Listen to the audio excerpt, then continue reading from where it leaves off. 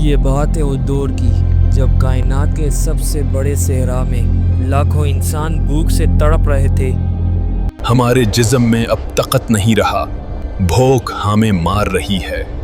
پھر اچانک آسمان کے بادل پھٹے اور ایک ایسی چیز گرنے لگی جو نہ تو اس زمین کی تھی اور نہ ہی کسی انسان نے اس سے پہلے اسے دیکھا تھا۔ میں نے اپنی زندگی میں ایسا رزق کبھی نہیں دیکھا۔ دوستو، کیا آپ نے کبھی سوچا ہے کہ وہ کون سا کھانا تھا جس کا ذائقہ شہد سے زیادہ میٹھا اور برف سے زیادہ ٹھنڈا تھا؟ کیا آپ جانتے ہیں کہ وہ کون سا پرندہ تھا جو بن مانگے پکا پکایا آسمان سے گرتا تھا؟ اور سب سے بڑا سوال، وہ گوشت کس جانور کا تھا جس کے بارے میں کہا جاتا ہے کہ اگر بنی اسرائیل ناشکری نہ کرتے تو دنیا میں گوشت کبھی خراب نہ ہوتا؟ آج ہم تاریخ کے اس عظیم ترین دسترخوان کی حقیقت کھولیں گے جسے من و سلوہ کہا جاتا ہے۔ یہ صرف ایک کھانے کا قصہ نہیں ہے، بلکہ یہ انسانی حرص، معجزے اور ایک ایسی آسمانی سزا کی کہانی ہے جس نے رہتی دنیا تک رزق کے قانون بدل دیے۔ تیار ہو جائیے، کیونکہ آج کی ویڈیو آپ کو اس پراسرار میدان میں لے جائے گی جہاں 40 سال تک غیب سے رزق اترتا رہا۔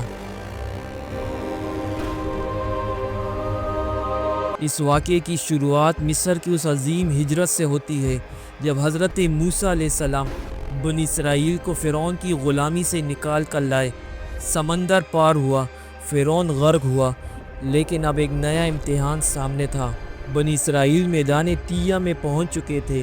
یہ وہ جگہ تھی جہاں اللہ نے انہیں ان کی نافرمانی کی وجہ سے 40 سال کے لیے قید کر دیا تھا۔ ذرا تصور کریں، لاکھوں مرد، عورتیں اور بچے، سر پر آگ برساتا سورج، پیروں تلے جلتی ریت اور دور دور تک نہ پانی کا قطرہ نہ کوئی درخت۔ جب بھوک نے بچوں کو نڈھال کر دیا تو قوم نے چیخنا شروع کیا، اے موسیٰ، کیا تم ہمیں یہاں مرنے کے لیے لائے ہو؟ مصر میں ہم غلام سہی، مگر وہاں پیاس اور لہسن تو ملتا تھا۔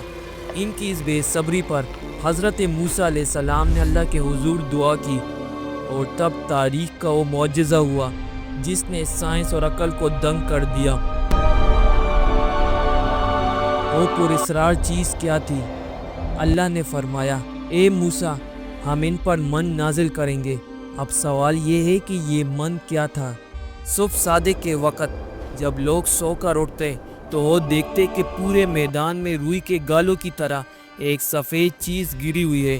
صحیح بخاری اور مسلم کی روایات کے مطابق یہ شبنم کی طرح گرتا تھا، لیکن جم کر اولوں کی طرح ہو جاتا۔ یہ دودھ سے زیادہ سفید اور شہد سے زیادہ میٹھا تھا۔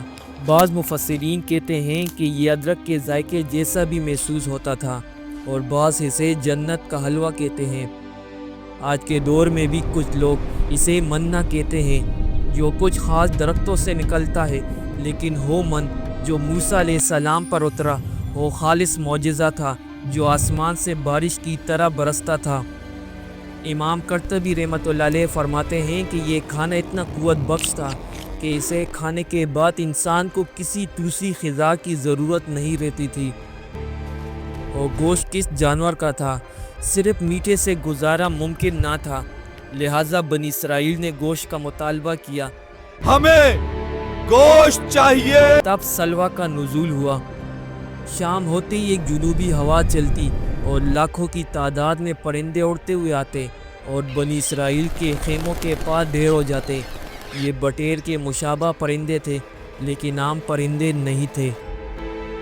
حضرت قتادہ رضی اللہ تعالیٰ عنہ فرماتے ہیں کہ یہ پرندے اس قدر فربا اور نرم تھے کہ انہیں ذبح کرنے کے بعد آگ پر رکھنے کی ضرورت نہیں پڑتی تھی۔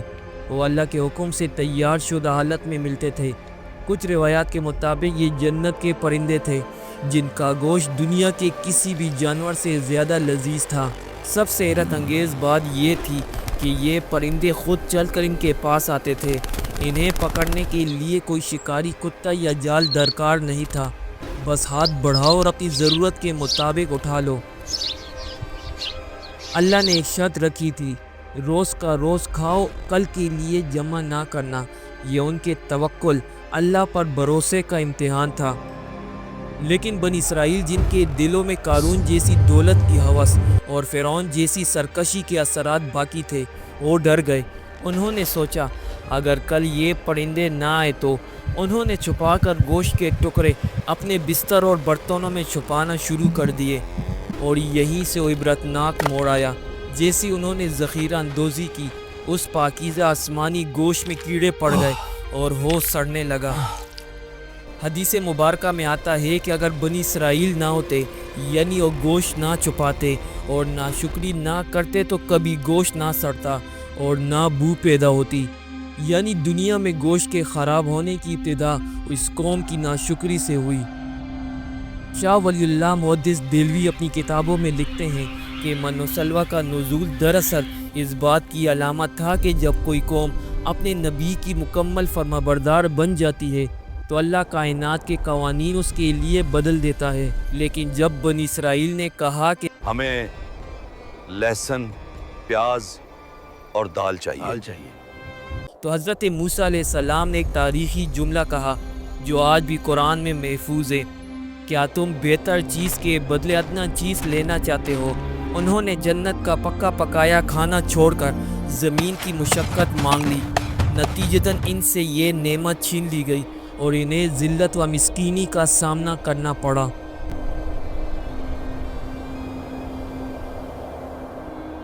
دوستو، من و سلوہ کا یہ قصہ صرف ایک دسترخوان کی کہانی نہیں ہے، یہ ہم سب کے لیے ایک سبق ہے۔